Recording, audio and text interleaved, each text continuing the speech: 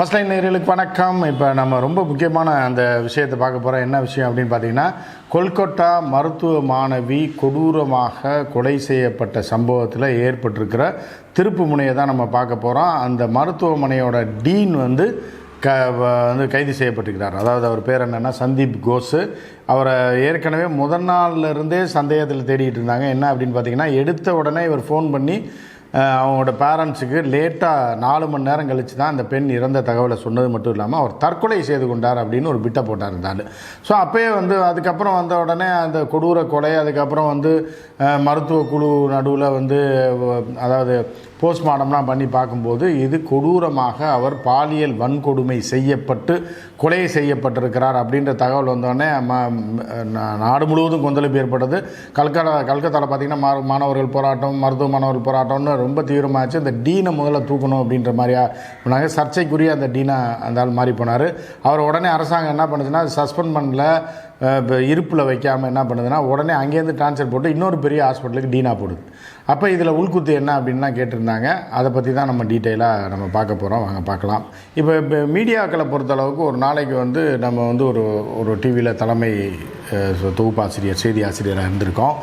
So அப்போ என்னென்னா, ஒரு சம்பவத்தை பற்றி பரபரப்பாக போடுறோம் அப்படின்னா மக்கள் ஃபாலோஅப்பை விட்டுருவாங்க. அதே மாதிரி மக்கள் ஃபாலோஅப்பை பார்க்குறத விட்டுட்டாங்க அப்படின்னா முதல்ல ஆவேசமாக மக்கள் இறங்குவாங்க. அப்படி இப்படி இவனை தூக்கில் போடணும், அதை பண்ணணும், இதை பண்ணணும்னு ஒரு 2-3 நாளைக்கு போகும்.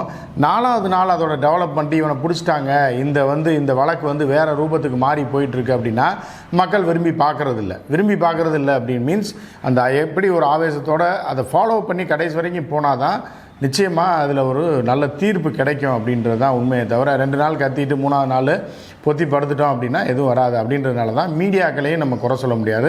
மீடியாக்கள் ஃபாலோ அப்பை விட்டுட்டு வேறு நியூஸ் பின்னாடி ஓடிடுவாங்க. சரிங்களா? இப்போ டெல்லி மாணவி பரபரப்பாக இருந்துச்சு போன வாரம். அதுக்கப்புறம் பார்த்திங்க அப்படின்னா கேரளா விஷயம் போச்சு. இப்போ கேரளா விஷயம் அமைங்கிட்டு ராதிகா சரத்குமார்னு போயிட்டுருக்கு. சரியா? இப்போ இதை விட்டுருவாங்க. அடுத்து ஏதாவது ஒன்று வந்ததுன்னா அது பின்னாடி ஓடிடுவாங்க. இது மக்களுடைய பழக்கமாகவும் இருக்குது. அதனால் மீடியாவும் வேறு பக்கமாக ஓடிடும், இல்லை மீடியா வேறு பக்கமாக இழுத்து கொண்டு போயிடும். இதுதான் நடந்துகிட்ருக்கு. இப்போ இந்த கொலை வழக்கில் பரபரப்பாக ஒரு விஷயம் நடந்திருக்கு. அதுக்காக தான் அதை தான் நம்ம இப்போ பேச போகிறோம். என்ன அப்படின்னு பார்த்தீங்கன்னா, அந்த மருத்துவக் கல்லூரி டீன், மருத்துவக் கல்லூரி டீன், அந்த மாணவி இறந்தாங்க இல்லையா, கொடூரமாக கற்பழித்து கொலை செய்யப்பட்டார் இல்லையா, அந்த மருத்துவ கல்லூரியுடைய முதல்வர் டீன் அப்படின்வாங்க. அவர் ஒரு மருத்துவராக தான் இருப்பார், சீனியர் மருத்துவராக தான் அந்த டீனாக போடுவாங்க. அவர் நேற்று இரவு கைது செய்யப்பட்டிருக்கிறார். சரி, எதுக்காக கைது செய்யப்பட்டிருக்காரு? இவருக்கு இந்த கொலையில் சம்மந்தம் இருக்கா, இல்லை இந்த பாலியல் வன்கொடுமையில் சம்மந்தம் இருக்கா அப்படின்னு பார்த்தீங்கன்னா முதல் கட்ட தகவலில் அதெல்லாம் கிடையாது.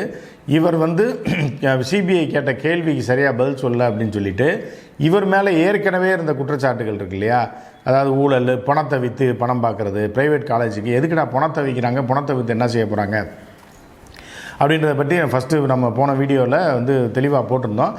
இருந்தாலும் என்ன அப்படின்னா, இந்த பிணங்களை என்னென்னா ஆராய்ச்சிக்காக ப்ரைவேட் மெடிக்கல் காலேஜ் இருக்குல்ல, அவர்களுக்கு இந்த போஸ்ட்மார்ட்டம் பண்ணக்கூடிய உரிமை கிடையாது.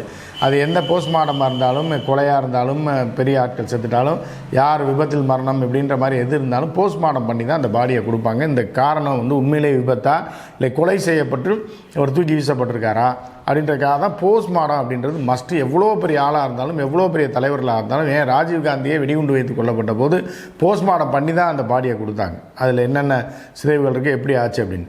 ஸோ போஸ்ட்மார்ட்டம் யார் பண்ணுவாங்கன்னா அரசு மருத்துவக் கல்லூரியில் மட்டும்தான் பண்ண முடியும். எனவே அதே மாதிரி அனாதை பிணங்கள் எங்கே விழுந்தாலும் அவர்கள் நேராக அரசு மருத்துவமனைக்கு தான் கொண்டு ரிப்போர்ட் பண்ணணும். இந்த மாதிரி இறந்து கிடந்தாங்கன்னா அவர்கள் எப்படி இருந்தார்கள், யார் என்ன ஏதுன்னு அவர்கள் தான் இது பண்ணி அந்த பிணவரையில் தான் வைத்திருப்பார்கள்.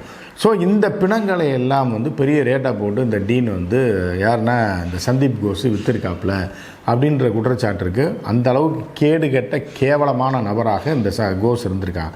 அதே மாதிரி ஊழல் பெருச்சாலியாக இருந்திருக்கான்.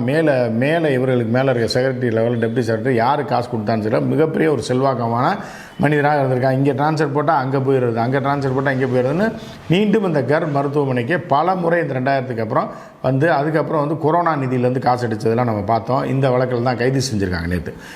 அது இதெல்லாம் பண்ணியிருக்கான்னு சொல்லி குற்றச்சாட்டுகள் இருந்தது, கைது செய்திருக்காங்க. ஆனால் இதில் ஒரு மிகப்பெரிய அரசியல் இருக்குது. என்ன இருக்குது அப்படின்னு பார்த்தீங்கன்னா, இந்த மருத்துவமனையோட டீன் இந்த அதிகாரிகளோட பாதுகாப்பில் தானே இருந்திருக்காப்புல, இருந்து பணத்தை விற்றது அவங்களுக்கு ஷேர் கொடுத்துருக்காங்கல்ல. அப்போ அது மினிஸ்டர் வரைக்கும் போயிருக்கு. அந்த மினிஸ்டருக்கு என்ன மம்தா பானர்ஜியோட நெருக்கம் இருக்குது அப்படின்ற மாதிரி மம்தா பானர்ஜி வரைக்கும் இதை கொண்டு போயிட்டாங்க. மத்திய அரசு. இந்த சிபிஐ விசாரணைன்றது வேறு, அது ஒரு பக்கம். அந்த கவர்னர் ஏற்கனவே ஆனந்த போஸ் அப்படின்ற அந்த நபர் வந்து நம்ம கவர்னர் ரவி மாதிரி, ரவியை விட மோசம்னு வச்சுங்களேன். டெய்லி பேட்டி, அந்த அரசை எதிர்த்து கண்டதுலலாம் தலையிடக்கூடிய ஒரு ஆள்.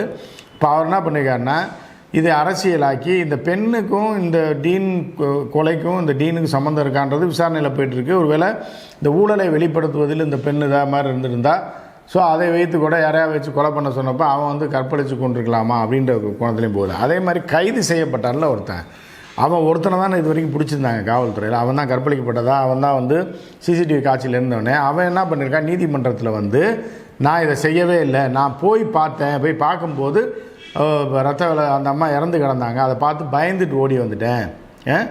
அப்போ வந்து என்னுடைய இது வந்து அங்கே விழுந்துருச்சு, இது ப்ளூடூத் விழுந்துருச்சுன்ற மாதிரி சொல்லியிருக்கான்.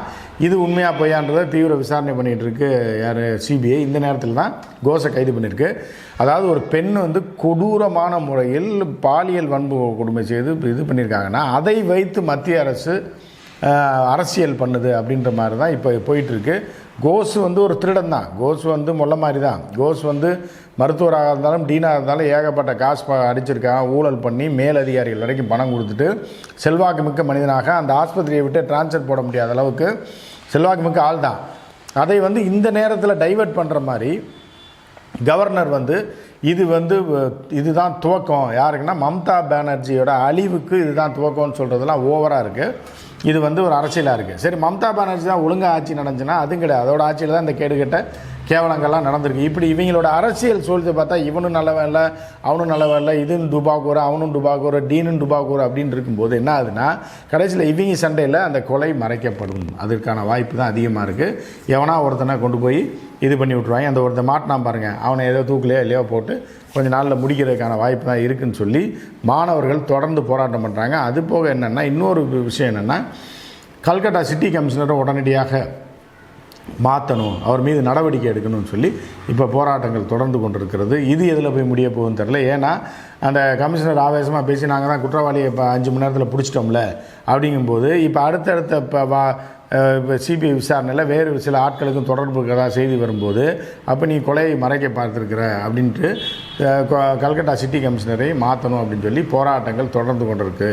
ஸோ இது வந்து இப்போ இது ஒரு பக்கம், மத்திய அரசு செய்யக்கூடிய கவர்னரை வச்சு செய்யக்கூடிய அரசியல் ஒரு பக்கம், முடிவில்லா துவக்கம் அப்படின்ற மாதிரி ஒரு பக்கம், கொள்ளையடித்த டீன் சிக்கியது ஒரு பக்கம், கொலகாரம் யாருன்னே தெரியாமல் தொடர்ந்து சிபிஐ விசாரணை பண்ணிகிட்டு இருக்கு, இப்போ வரைக்கும் எதையுமே டிஸ்க்ளோஸ் பண்ணலன்றது ஒரு பக்கம் அப்படின்ட்டு கடைசியில் இவங்க போடுற அந்த வடிவேல் காமெடி மாதிரி, அதாவது சீரியஸான விஷயம் அது.